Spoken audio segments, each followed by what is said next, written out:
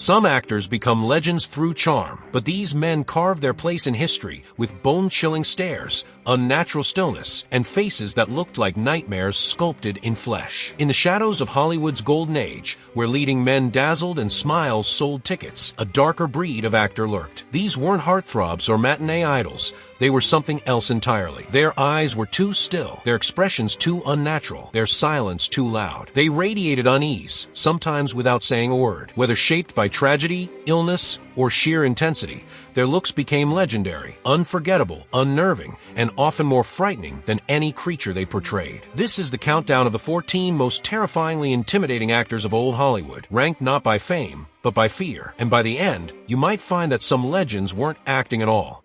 Rondo Hatton, the man who needed no mask. Rondo Hatton wasn't the monster in the shadows, he was the shadow. His face, hardened and contorted by fate, didn't need makeup or tricks. It arrived on screen like a cold draft through a cracked window, silent, invasive, impossible to ignore. When he appeared, the scene changed. It darkened. Time slowed. Something inside you stirred, unsure whether to feel fear or fascination. He rarely spoke much in his films. He didn't have to. His stare carried the weight of things unsaid, something ancient, maybe even cursed. His most famous roles in The Brute Man and House of Horrors didn't rely on plot twists or gory shocks. They relied on him walking into the frame. What made Rondo truly terrifying wasn't that he looked different. It was that he seemed out of place in the world, like something from another realm had crossed over unnoticed. His movements were slow, deliberate. His eyes told stories his scripts never did. And when he looked at a character on screen, or worse, directly into the camera, it was as if he was seeing through them, and maybe through you, too. There was no comfort in his presence, no charm to disarm. He was not a man you rooted for, nor someone you hated. He simply existed, and in his existence you felt something unsettling, something that made the back of your neck tighten. Some actors wear masks to become monsters.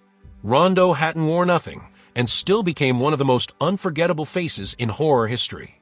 Lon Chaney Sr., the face that invented fear. There are actors who play monsters, and then there was Lon Chaney, the man who created them. Before Hollywood had rules for horror, he broke them with a jar of grease paint and a mirror. He didn't just perform, he transformed. And when his face emerged from shadows, audiences in the 1920s weren't prepared. Some reportedly fainted, others looked away, but no one forgot. Chaney's genius wasn't just in what he could do with makeup, it was what he could do with his eyes. Beneath layers of grotesque artistry, his gaze remained human, barely. That tension between the monstrous and the heartbreakingly real was what made him truly terrifying. He didn't need sound. He didn't need words. He needed only a flicker of expression to suggest unspeakable pain, madness, or something worse. In The Phantom of the Opera, his sunken, skeletal face emerged like a corpse from the underworld, a vision of death wearing the remnants of a man. In The Hunchback of Notre Dame, his twisted form limped through the cathedral with eyes that begged and burned at the same time. And in countless silent films, he became what nightmares looked like before we had names for them. Chaney worked in silence, but the echoes of what he created still haunt cinema. He was called the Man of 1,000 Faces, but the truth is, none of them were comforting. Each one came with a story your mind didn't want to finish. He didn't just embody monsters. He gave them souls, and then let you decide whether to fear them or feel sorry for them. Either way, once you saw his face, it stayed with you, whether you wanted it to or not. Conrad Veidt, the smile that shouldn't exist. There are smiles that light up a room, and then there's his. Conrad Veidt's face didn't welcome you, it warned you. In The Man Who Laughs, he bore a grin carved so unnaturally wide, it felt like a cruel joke told by the universe itself. It was the kind of expression that forced your brain to stall. Is he laughing, crying, or about to do something terrible? That smile didn't move. It stretched, permanently, grotesquely, across a pale, sorrowful face. Behind it were eyes that screamed while the mouth stayed frozen. The effect was horrifying, but was also mesmerizing. People couldn't stop looking, even when they wanted to. What made Veidt so unforgettable wasn't just his physical transformation. It was the way he moved through scenes, elegant, ghostly, and always a little too still. There was beauty in his horror, a strange quiet in his menace. Unlike the snarling monsters of later decades, Veidt carried his darkness like a gentleman. He didn't need violence. He made you uncomfortable just by existing. He came from German expressionist cinema, Films like The Cabinet of Dr. Caligari, where reality twisted like a fever dream. And Vate fit perfectly, tall, lean, and built like a shadow in human form. Every glance, every step, felt measured, rehearsed, almost inhuman. But it's that smile, unnatural, unforgettable, that locked him into legend. Inspired comic books, horror icons, and countless imitators. Yet no one has ever quite captured the unease of it. Because it wasn't just a disfigurement. It was a mirror, one that reflected something buried deep in all of us. A fear of smiling when we shouldn't. A fear that joy could look wrong. Boris Karloff, the gentle thing in the dark. When Boris Karloff first lumbered into frame as Frankenstein's monster, something shifted, not just in cinema, but in the collective imagination of fear itself. He wasn't snarling. He wasn't evil. He simply existed massive, slow, stitched together like a forgotten god, with eyes full of confusion and a face that looked carved from sorrow. He didn't need to growl to be terrifying. He barely spoke at all. Karloff's horror was in the silence, the heavy, breathing silence between steps. He was the kind of figure that you felt before you saw, and once you saw him, it was already too late. That square head, those heavy eyelids, the dragging arms, they became mythic, iconic. But they also felt real, and that's what made them disturbing. There was always something tragic behind Karloff's characters. A stillness, a slowness, as if they were carrying the weight of being born wrong. Even without the bolts and bandages, Karloff had an uncanny presence, a kind of physical poetry that hovered somewhere between human and something else. Not quite monstrous, not quite man. In films like The Mummy and The Black Cat, he stripped away the physical horror and replaced it with psychological dread. His voice, calm and soft, could chill a room more effectively than a scream ever could. He was the terror that waited, the threat that didn't rush. What made Karloff so unnerving was his restraint. While others raged or roared, he let the horror come to you. He didn't chase you through the dark. He stood in it waiting, and somehow that was worse. Bela Lugosi, the eyes that followed you home. Bela Lugosi didn't walk into a scene, he entered it like a curse. His presence was cold velvet, smooth on the surface, but coiled tight with something sinister beneath. And then there were the eyes, sharp, fixed, impossibly still. They didn't blink when they should have. They didn't soften. They stared straight through you, and worse, they seemed to know something you didn't. When Lugosi played Dracula, he didn't grow fangs and leap from shadows. He stood tall, elegant, perfectly still, and terrified the world. He didn't need to chase you. His danger was magnetic. He was the kind of man you stepped back from instinctively, not because he was loud, but because he was wrong in all the quietest ways. There was a rhythm to his menace. Slow speech, subtle movements, a voice that sounded too calm for the things he was saying. It was as if the very idea of him, a pale, aristocratic figure with eyes like traps, crawled into people's subconscious and planted roots. Off-screen, Lugosi's life blurred with his image. Audiences couldn't separate the man from the myth. And maybe he didn't want them to. He became the role that made him, so much so that it followed him long after the lights went down. Some say it consumed him. Others say it made him immortal. But when you strip everything else away, the accent, the cape, the myth, what lingers is the stare. That ancient, emotionless gaze that suggested he saw you not as a person, but as something already lost. And when those eyes met yours, you never truly left the theater. Peter Lorre, the voice you heard in your head. Peter Lorre didn't have the face of a monster. He had the face of something worse. The kind of face that looked harmless until you realized it wasn't. Wide eyes too wide. A twitch in the lips. A voice that dripped with unease even when it whispered sweetly. Lorre didn't leap from shadows or howl at the moon. He whispered from the corner, and somehow that was enough to chill your bones. There was always something off-kilter about him, not exaggerated, not theatrical, just wrong in a way that makes your instincts wake up. You felt like he knew more than he let on. You felt like he'd already decided something about you, and you weren't going to like what it was. In M, his breakout role, he barely raised his voice. He didn't need to. His eyes did all the work. Shifting, glassy, twitching with some quiet chaos you couldn't explain. He wasn't a monster in the classic sense. He was a warning, a shadow in plain sight, a human who felt inhuman. And that voice, soft, breathy, polite, it crawled into your ears and made you listen, even when you wanted to look away. Even when what he said didn't make sense, your stomach tightened. Because something deep inside told you this isn't safe. Lorre brought that energy into everything he touched, Even in lighter roles, even in comedies, there was always a shadow behind his smile. He never needed a costume. He was his own disguise. Peter Lorre didn't scare you with what he did. He scared you with the possibility of what he might do. And sometimes that's the most terrifying thing of all. Vincent Price, the smile behind the curtain. Vincent Price never raised his voice. He didn't have to. His presence was silk-wrapped dread, elegant and unnervingly calm. While others played monsters, Price played gentlemen with secrets, and it was that very charm, that smooth delivery, that made him so unsettling. He smiled too easily, spoke too softly, and lingered in the mind long after the curtain fell. There was always something just beneath the surface, something you couldn't see, but felt. His voice rolled like thunder at a distance, low and hypnotic, drawing you closer with every syllable. He didn't demand your attention. He lured it in, like a velvet rope being pulled around your neck. In films like House of Wax or The Tingler, Price was never grotesque on the outside. He didn't need scars or claws. His horror was psychological, sophisticated.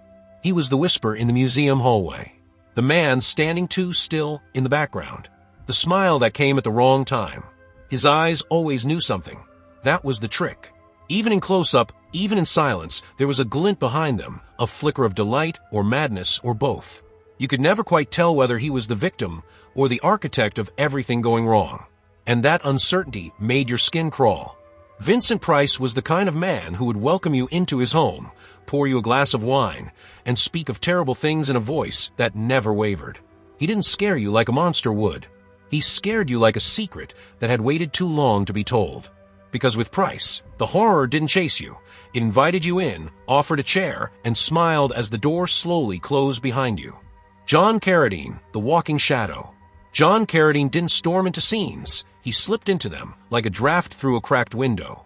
Tall, gaunt, and draped in darkness, he carried the air of something long dead, but still walking. His face was sharp like broken glass, his voice deep and hollow, as if it echoed from a well buried deep in the earth. When Carradine appeared on screen, the temperature dropped.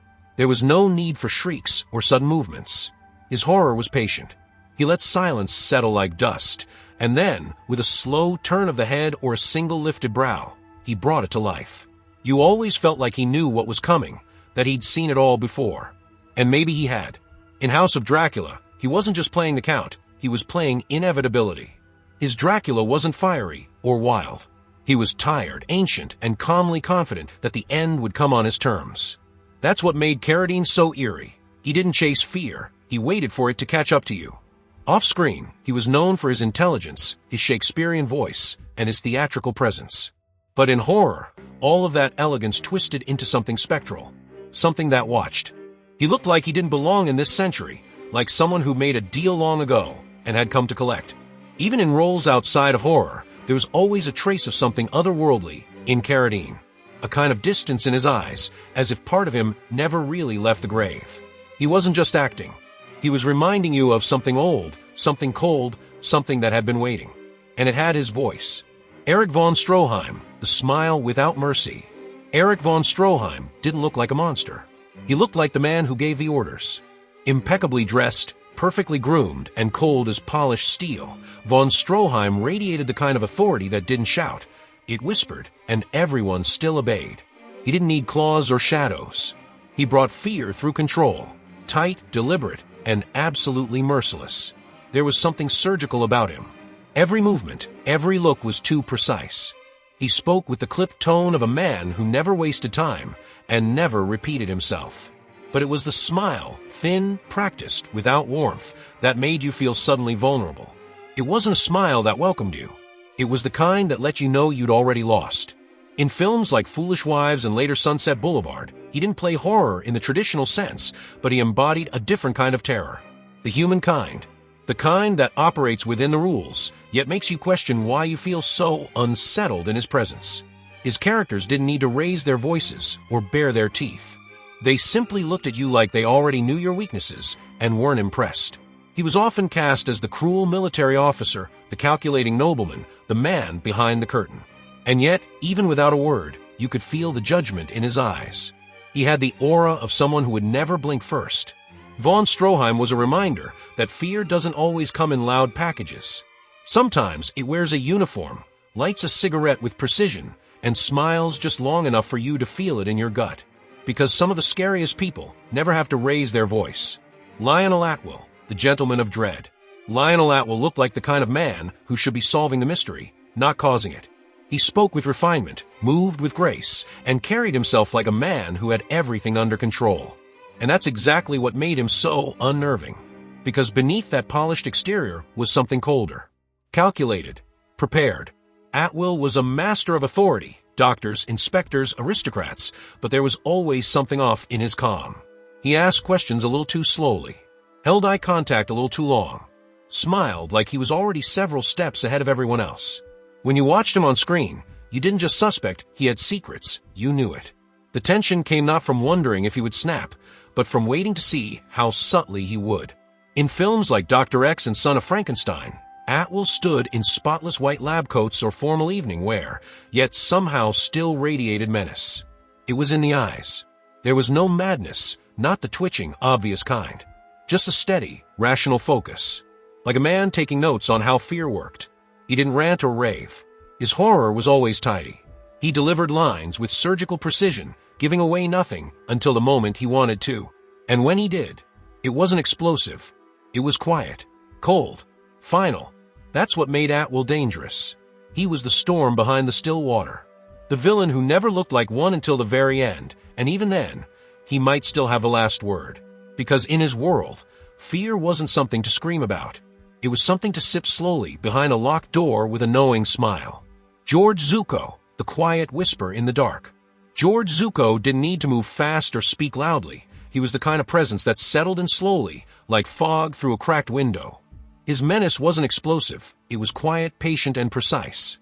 You didn't feel afraid right away when he appeared on screen. You just felt uneasy, as if something wasn't quite right, and by the time you figured out what it was already too late. His face was distinguished, intelligent, even noble, but his performances were laced with something more slippery. A kind of hidden threat that lived beneath every word, every glance. In films like The Mummy's Hand and Dead Men Walk, Zucco played men of power and knowledge. But there was always a cost. Always something lurking behind the knowledge, a secret, a hunger, or a pact best left unspoken. There was no panic in him, no rage. He was composed to the point of discomfort. The kind of man who would speak of ancient rituals and forbidden texts in the same tone you'd use to discuss the weather. And that's what made him so chilling. He believed in what he was saying. Whatever darkness he carried, he trusted it. That calm confidence made everything worse.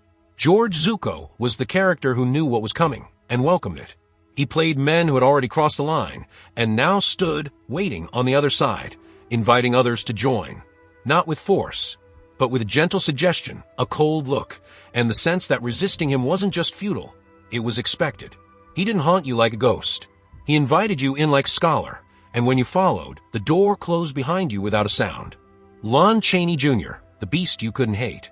Lon Chaney Jr. didn't scare you because he wanted to, he scared you because he couldn't help it. He was the sorrow in the shape of a man, a towering figure with pleading eyes and a heaviness that followed him into every scene. Where others played monsters with menace, Chaney wore the role like a curse. You didn't fear his wrath, you feared his pain. When he became the Wolf Man, he gave the creature something new, regret. This wasn't a beast that enjoyed its power. It was a man unraveling, trapped, ashamed, and terrified of himself. The transformation scenes, with bones twisting and fur creeping across his skin, were iconic. But it was what came after the change that truly disturbed you. The wild eyes, the frantic breath, the hunted look of someone who no longer knew what he was. Even without makeup, Chaney carried that weight in every movement. He had the kind of presence that filled a frame, but always seemed to be shrinking inward. In films like The Mummy's Tomb and Frankenstein meets the Wolf Man, he played creatures of rage and instinct, but beneath it all, you saw the man trying to claw his way back to the surface. That was his tragedy, and that was his terror. Lon Chaney Jr. made you believe that monstrosity wasn't always a choice, that sometimes horror lived inside someone decent, someone broken, and that made him unpredictable. Because the scariest thing isn't a villain who enjoys the darkness. It's a good man who can't escape it. Raymond Massey, the cold weight of judgment. Raymond Massey didn't glare or growl, he judged. With a face carved in stone and a voice that carried the weight of finality, Massey didn't look like he wanted to harm you. He looked like he had already decided you deserved it. Tall, stern, and unnervingly composed, he embodied a different kind of fear, the kind that came wrapped in certainty. He wasn't the man in the shadows. He was the law of the shadows, unmoved, unblinking, and impossible to reason with. In films like Arsenic and Old Lace and Things to Come, his presence was always a warning. Even in silence, he stood like a monument, as if he'd been waiting there for centuries for someone to make a mistake. What made Massey so intimidating wasn't his rage, it was the absence of it.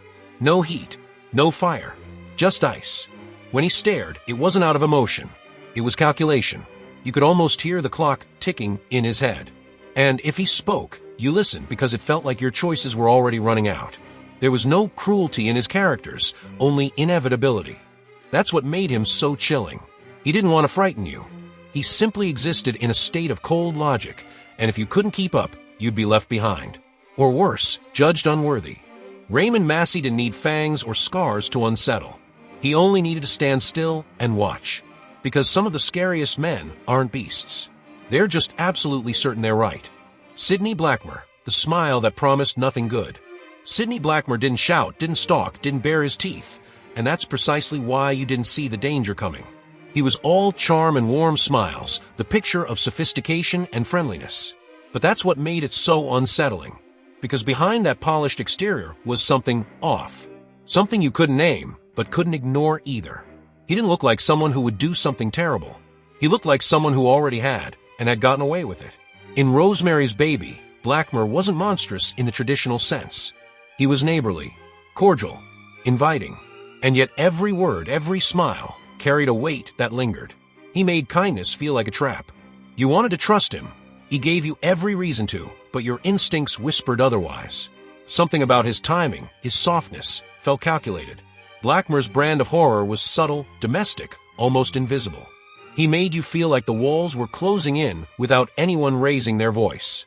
He embodied the kind of man who could say, everything's going to be fine, and somehow make you sure it wouldn't be. He didn't scare you in the moment. He left a residue, a feeling. Long after the scene ended, you were still thinking about him, replaying his lines, wondering what you missed, and slowly realizing it had all been right there in plain sight. Sidney Blackmer was the final warning, the last hand you shake before the floor disappears. He was proof that true horror doesn't always wear a mask or scream or attack. Sometimes it smiles politely and asks how you've been sleeping lately. They didn't need jump scares, loud music, or CGI. These men haunted screens with nothing but their presence, their eyes, their silence, their stillness. In an era known for elegance and glamour, they brought something else entirely. Something colder. Something unforgettable. Old Hollywood didn't just give us legends, it gave us faces that lingered long after the credits rolled. Faces that didn't scream for attention, but earned it through mystery, restraint, and power. Whether through tragedy, talent, or something inexplicable, these actors became icons of unease. And even now, decades later, their shadows stretch across modern cinema. But this list isn't just about memory, it's about conversation. Now we want to hear from you. Did we miss someone? Do you agree with the ranking? Or do you have your own haunting favorite from the Golden Age? Drop your thoughts in the comments. We read every single one and we respond. Seriously, we're here to talk. And if you enjoyed this journey into the darker corners of classic film, make sure to like, subscribe, and click the notification bell so you don't miss what's coming next. We've got more legends, more shadows, and more untold stories waiting just beyond the spotlight. Thanks for watching, and remember, sometimes the scariest things aren't in the dark. They're standing quietly right there in the frame.